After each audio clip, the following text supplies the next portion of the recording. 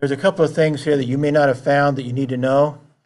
One of them that I'll be using tonight is when you bring up your page for me to review, I will probably go to View, and I'll go down to View Sets, and I'll go in as Output Preview, and then all those extra lines and stuff all disappear, and so I can see what it'll look like when it gets printed, if it were to be printed out. So that is to see it like it would be printed. You go under, again, View, View Sets, and Output Preview. And that lets you see without all the lines, and you can, anyway, it's much more visible what needs to be done from there. The other thing, though, that was just asked was how to print and how to change the type of PDF that you get. And so I go to Export As and go to PDF. And then when that opens, you have options down here. So after you decide where to put it, and so forth, you go down to Options. I think that's where I'm going. And under here, under Verification, I don't know why it's under Verification. I think that's where I need it. Well, no, up here under Style, I guess.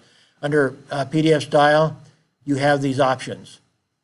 So if you look here, you see options, press, high quality, press, or print, medium quality, screen, low quality. You have all these options here, and that's what I'm asking you to choose. I think I did medium quality, right? So print, medium quality. We'll keep the file a little bit lower, a little bit smaller, and but I think it'll still be good enough quality that I can see, what you're doing. So I wouldn't want to go to screen quality, but the print medium quality I think will be okay. Not that I'm going to print it out actually, but that's what the PDF will be printed out as, so to speak, and I will see adequate detail in a PDF at that level. So again, going back, let me review that again for those that were sleeping. So you tell it to print, or excuse me, you tell it to export as a PDF, and you go down to Options at the very bottom of that screen, of that window, and you click on that, and you go up here to it will naturally just say Captured Settings. That's quite a big file. Typically, when you say Captured Settings with a broadsheet, I don't really know what all it's keeping in that, but it's like Captured Settings is like 10 times as big as a high quality, as when you go with the press high quality, high resolution.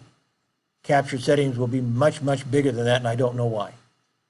That's one reason I don't want you to just click on the button and send me what comes out automatically, because that's Captured Settings. And that'll come out like 300 million bytes, something like that. It's going to be really, really big file. So to get it down to under 10 million bytes to 10 megabytes, you need to go and hit one of the press or the print, and I'm asking you to do the print medium so that it'll probably be, somewhere between 1 and 5 megabits probably, something like that. So that's how you do that. Okay, any questions on that? Everybody understand? So it is there. I should have, I guess one reason why I didn't mention it is I believe it is in one of the videos you're supposed to watch, that I did watch. So anyway, there it is.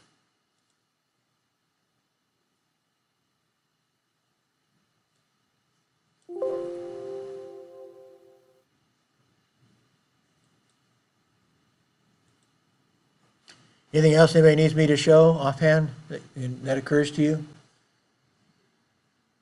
Okay, I'll stop that then. And okay, I'm going to add a little bit to this video. And looking at students' work, I'm seeing a lot of students doing a lot of different things. And one reason why a newspaper they start setting styles, and it's not just they have a style for that. If they don't adopt AP style, they have something like it, or maybe a slight revision of AP style, something like that. But it's not just in the writing. They also have a style for layout. And I see I haven't adequately created a style for layout. I thought I was, in essence, by doing this model and showing you how I was doing it, so you would do the same thing. But for example, some people center their headlines. No, you can't center your headlines. That would definitely be breaking style. And it's kind of a lazy person's way of trying to avoid it looking like you don't have, that you're, well, as I said, you need to be within 3 characters to be at professional level. And so if you center it, then you may fool me, or you may think you're going to fool me, that it doesn't look like it's 3 characters less. And indeed, there are a few newspapers that center all their headlines. And I think one of the reasons why they do it is they decided to let their whole staff of copy editors be lazy and not have to make things fit. But the vast majority of newspapers do flush left on their headlines and insist on being within 3 characters of their very multiple line headlines, on both subheads and in major heads. Everything within 3 characters. And I think mine have consistently fallen within that rule because I'm used to doing it. Again, the headlines are to be sans serif, that's Arial or something like Arial, Helvetica, Futura. I don't care if you don't get something too wild, if you use one of the other typefaces of sans serif without serifs. Body text should be Times New Roman 10-point only with your body text. So try not to do things that are too crazy, because we have, for one thing, if you do something different than somebody else, sometimes that gives you an advantage over somebody else. Such as if you center your headlines and I allow you to do that and allow you to have more than 3 characters off without penalty, then obviously that gives you an advantage in competing with other people. So I don't want to do that. So the headlines, I want them flush left, and I want you to try to keep them, every line, within 3 characters of the longest line. So that, all mine comply with that. They don't comply with some of the other, there are some other rules that I break, such as here, a lot of the, especially the old timers, say that 2 should be down in the next line, in which case I would need to reword this because they don't like 2 being separated from resurrect.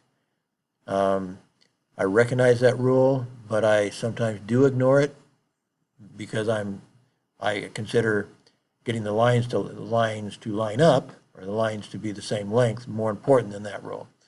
I think people can read and read from the 2 here to the resurrect there, and that doesn't bother them that much.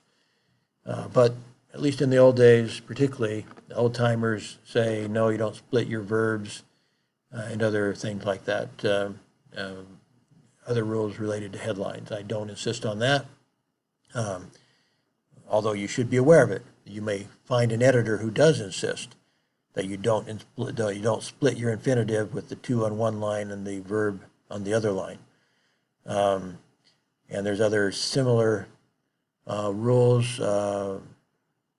I did talk about it in a video, but I'm not sure I made that video for everybody. I just made a video, I think, for one of the tutorials. I'm trying to see where I've broken the rule someplace else as an example. If this were to break here in spring, and you had in one line and spring in the next line, the old timers would object to that. They think this prepositional phrase should all stay together in spring. I think that is going overboard personally.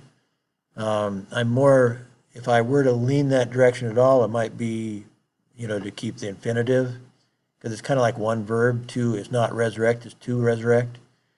And so that's kind of the idea behind it, is that it's one verb. What they would say is this is one phrase. In spring is one phrase, so that it should also stay in one line, on the same line, and things like that. Sometimes there's nouns with adjective with them, and they're going to say the adjective should stay with the noun because it's still kind of a noun phrase.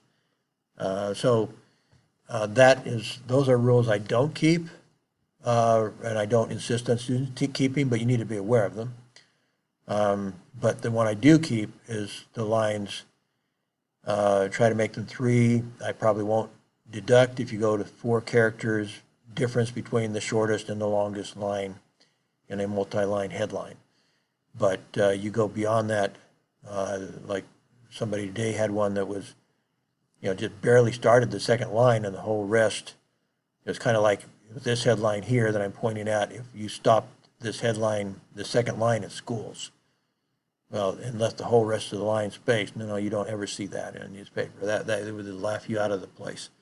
So no, I can't let you hurt yourself that bad to try to have a portfolio that somebody would actually reject you with. Say, no way, you're coming on my staff if you do something like that. So no. You have to fill the space, and you have to be within 3 or 4 characters, and that means rewriting the head a few times, trying to figure out what to say, looking at your thesaurus. And again, there's an online dictionary.com, also has a thesaurus as part of it. There's a tab within it that you can hit the tab and access the thesaurus feature, and look for other words that are synonyms with a word you're using, and try to shorten it or longer it, or whatever make it longer, whatever you need to do to make those headlines closer to the same line, first line, and second line, and third line if it has 3 lines, whatever, 4 lines, same thing. Even if it's a 4-line headline, all those lines have to be within 3 characters. So it's a challenge. There's no question it's a challenge. So I'll stop there.